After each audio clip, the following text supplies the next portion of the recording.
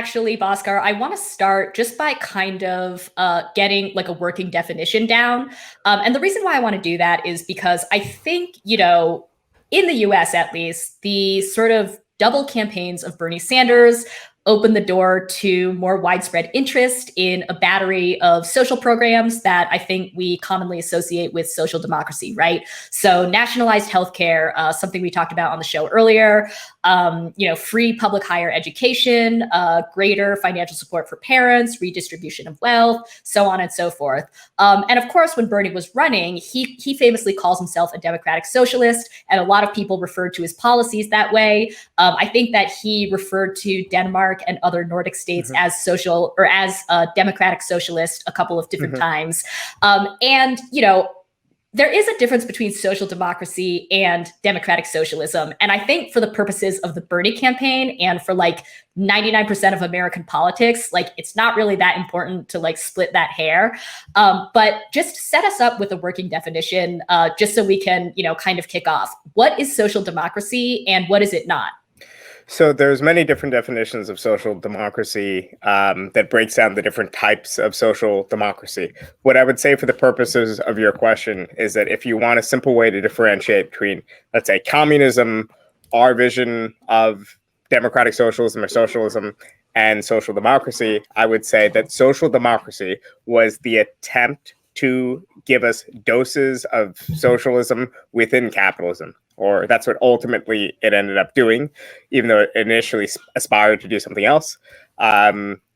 Communism, in a sense, or the socialist bloc, the actually existing socialism, was an attempt to build a socialist bloc outside of capitalism, then maybe outcompete it or find some way to supersede it from that position of being outside capitalism. Again, that wasn't initially the what communists were trying to do. They were trying to foment revolution everywhere, but that's in essence what the system ended up being. And then democratic socialism, or our vision of socialism, is a socialism after capitalism. Then I would say that the mass movements that came out of the Second International diverged into two different camps, these communist camps and these social democratic camps. I don't see the democratic socialist road being different than the social democratic road. I just see it as one that goes further. So in other words, if a social democracy is able to give workers tremendous power over a capitalist political economy through mass trade unions, through decommodify, taking certain rights like healthcare out of the market, through the power of these really big unions and centralized wage bargaining and all sorts of other things, then what democratic socialism does is that it goes a step further and it questions the right of managers to manage. It asks, why do we not just have better wages and conditions and this welfare state under capitalism? Why can't we ask questions of ownership and questions of industrial democracy as well? So that's a simple definition. But when I think of social democracy, I'm not thinking about just any old welfare state. I'm in particular thinking about the experience of systems built by social democratic parties. So I'm thinking about Sweden, and I'm thinking about other Northern European states. Can you talk about how social democracy came to be? Because there was a time where social democracy was the thing. It was like across the Western democracies, it was like hegemonic. And, that seems like in our current moment of crisis, it just doesn't seem like it's on the horizon. So maybe if we understood how it came to be out of previous crises, we could help maybe build it now. Well, the common narrative, which you hear among both liberals and conservatives and some radicals too. I'm ready for a hot take. I can't wait for the uncommon narrative. Let's get it. Well, the common narrative is often like, it was like a rich white country that exploited the global South, and they had social solidarity because they were white, and they exploited the global South. The great Finnish Navy was just conquering all of these countries in the global South or whatever. But in reality, these were incredibly poor and unequal countries, violently unequal. So Sweden, by many measures, was the most unequal country in Europe next to Russia, and with a very violent tradition of class struggle. So it did have certain unique characteristics, one of which was that it was a late industrializer. So you have this working class emerge in Sweden, and it emerges alongside really big industrial unions. So there weren't tiny sectoral craft unions that we had. They didn't slowly go from artisans to workers. Very rapidly, this relatively advanced working class comes along. And then also because of some unique features, like they had very modern agriculture. So they didn't have a traditional peasantry. They had a relatively progressive, at least in a Marxist sense, class of farmers instead.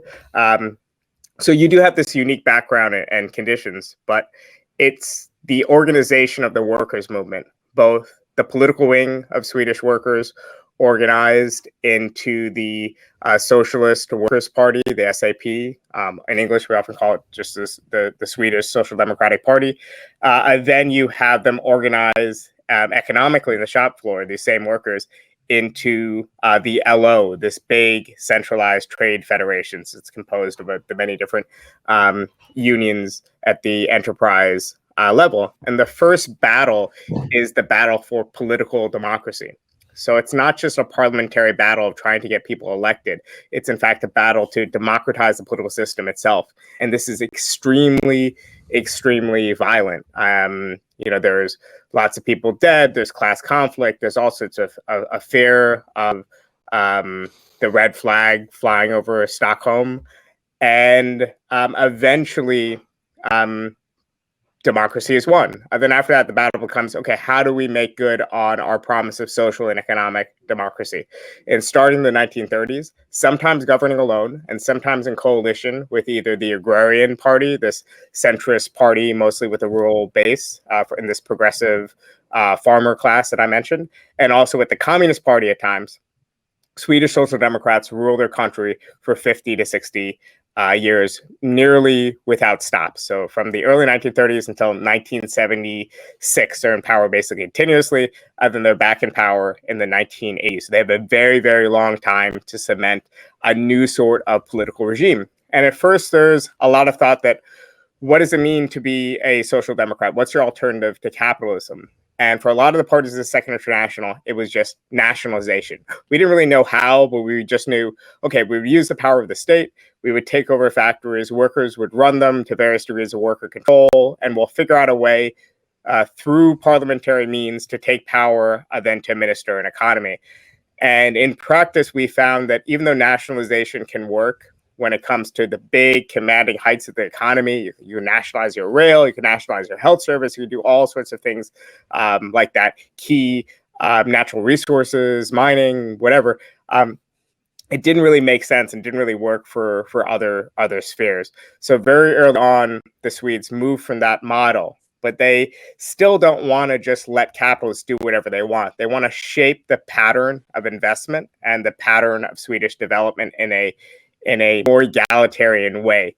So they end up creating a system that uses the power of this trade union that has, basically 80, 90+% of the working class under its banner to do what's called, it's centralized wage bargaining. It's slightly different than sectoral wage bargaining, but the basics of it was we would push for equal pay for equal work across sectors.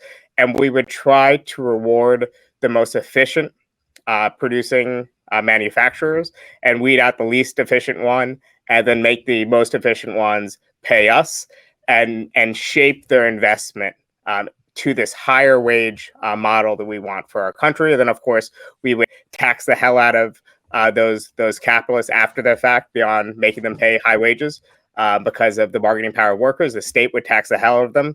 And we would create this big public sector with more and more social guarantees. So it's a very long-winded answer, but the bottom line is that it comes to politics and organizing and has very little to do with culture.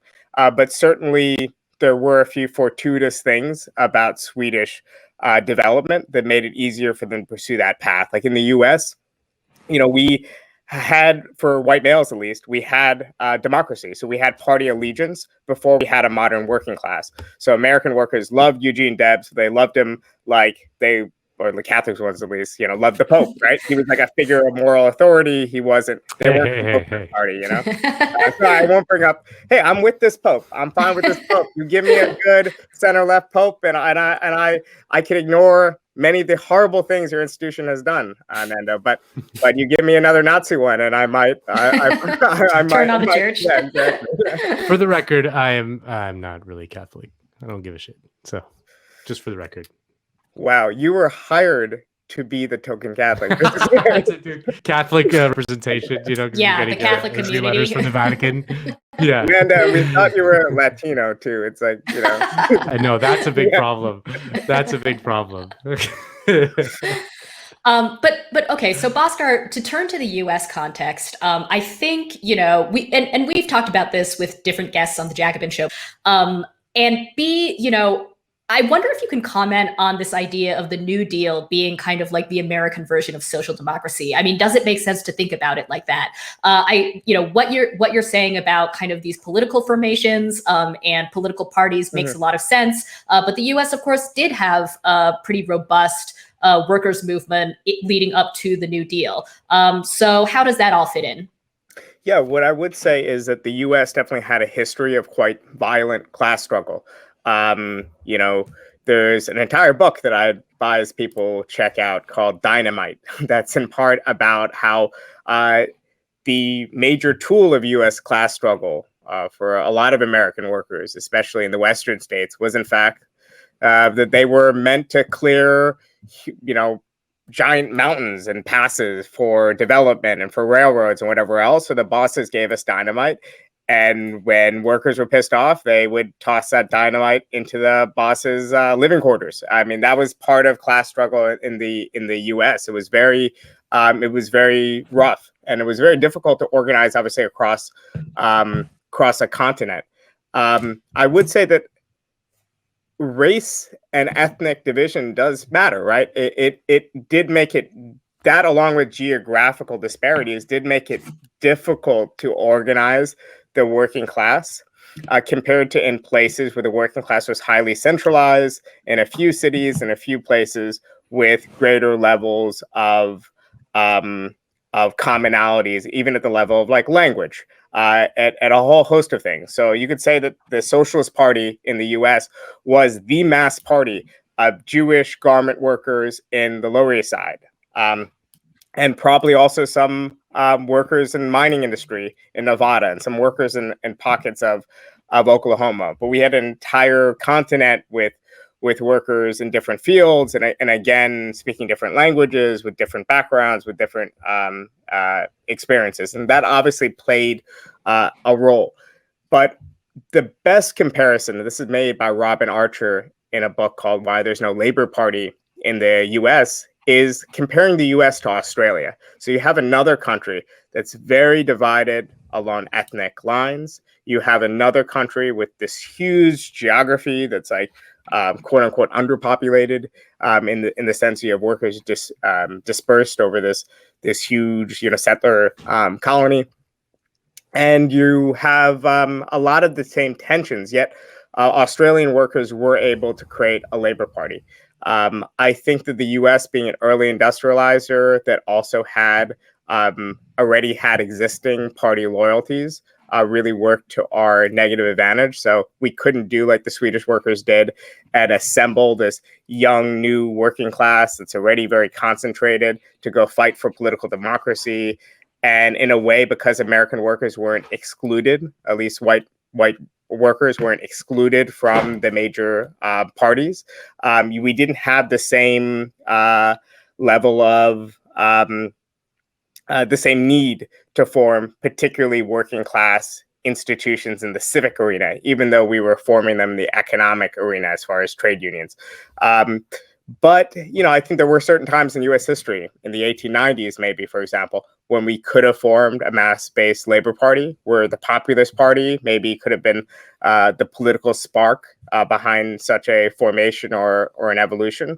But instead, what we ended up with was a series of small, largely politically based organizations, like the Socialist Party and later the Communist Party, that at best acted as pressure groups onto the dominant parties, in particular the Democratic Party. So I think it is true that the New Deal that emerged and the New Deal coalition afterwards, especially by the late 40s or mid 40s, became something like a social democratic party within a party. Like labor was incorporated within that tent. We got mass unionization. We got a certain level of representation for the US working class. We just happened to get it within a capitalist party and without the levers of control that the UK Labour Party had or the Australian Labour Party had, much less these much more radical and Marxist mass parties like the Swedish Workers' Party. Speaking of the New Deal, what do you make of the narrative that has become pretty dominant amongst liberals, but even some people on the left, that the New Deal was actually problematic, that it was racist? Well, I think it is kind of what's funny about that line of thinking is that people don't stop to think, well, for people obsessed with like lived experiences and whatever else, like the actual experiences of Black workers in the 1930s was they had for a generation supported the Republican Party as a party of Lincoln, the party of emancipation. Then they were massively realigned by the administration of FDR and by the New Deal. So if the New Deal was a net negative to I'm being upstaged. But, if the New Deal was a net negative for Black workers, then there wouldn't have been this mass realignment, right? There wouldn't have been this transformation. I think also there's some exclusions when people talk about the New Deal that weren't necessarily exclusions on the basis of race. For example, the Social Security exclusion, which is almost always cited as a particularly race-based exclusion, in fact, impacted more white workers than it impacted Black workers. It did disproportionately impact Black workers, but again, the negative impact was to people at the lower rung of the labor market. And the sectors that pushed for it, the textile industries and people who employed domestic laborers and whatnot, these were sectors that were primarily concerned about an uptick in wages and wage costs in very labor-intensive sectors. So I think it's really important to just study the history and understand why the New Deal was so bad where it was bad, while still understanding that it was a net positive for American workers. And then obviously there are things in the New Deal suite of policies, particularly around housing and redlining and whatnot, and actions by local and state governments that are explicitly racialized and were negative. But on the whole, it's important to understand it in context. And again, I think we also need to think about what we're talking to the public about, how we're presenting our politics to the public. So if we keep saying to the public, we want a Green New Deal. A Green New Deal is great. But then we also say, by the way, the New Deal is bad and racist. Well, why do we call our new thing the Green New Deal then? You know, it seems very confusing. The green, non-racist New Deal. Yeah, exactly. It just really, I think it's bad policy. So the New Deal checked its privilege, and now it did some work. It is, yeah. Yeah. I want to quickly shout out Touré Reed's book, Toward Freedom. If anybody watching missed our episode with Touré Reed, you can watch that. But also his book is so good. Go check that out if you're interested in kind of piecing through some of the specifics that Bhaskar just mentioned on the New Deal. Yeah, no, it's fantastic. And also there's a Catalyst essay that he wrote as well. It's on that topic broadly that is not behind a paywall, I think. So you should check it out. You would know. Sure. Yeah, I'm not. We in general with Jacobin, no paywall. With Catalyst, it's it's a boutique product. It's for the aspiring scholars out capitalists. There. Academic publishing, it's an ugly game. It's an ugly game. But yeah, I mean, I just think it is just strange. Like people like FDR in general, to the extent there is a historic memory of the New Deal. They like the New Deal and they like the FDR because they think he was egalitarian and because he demanded rights for working people.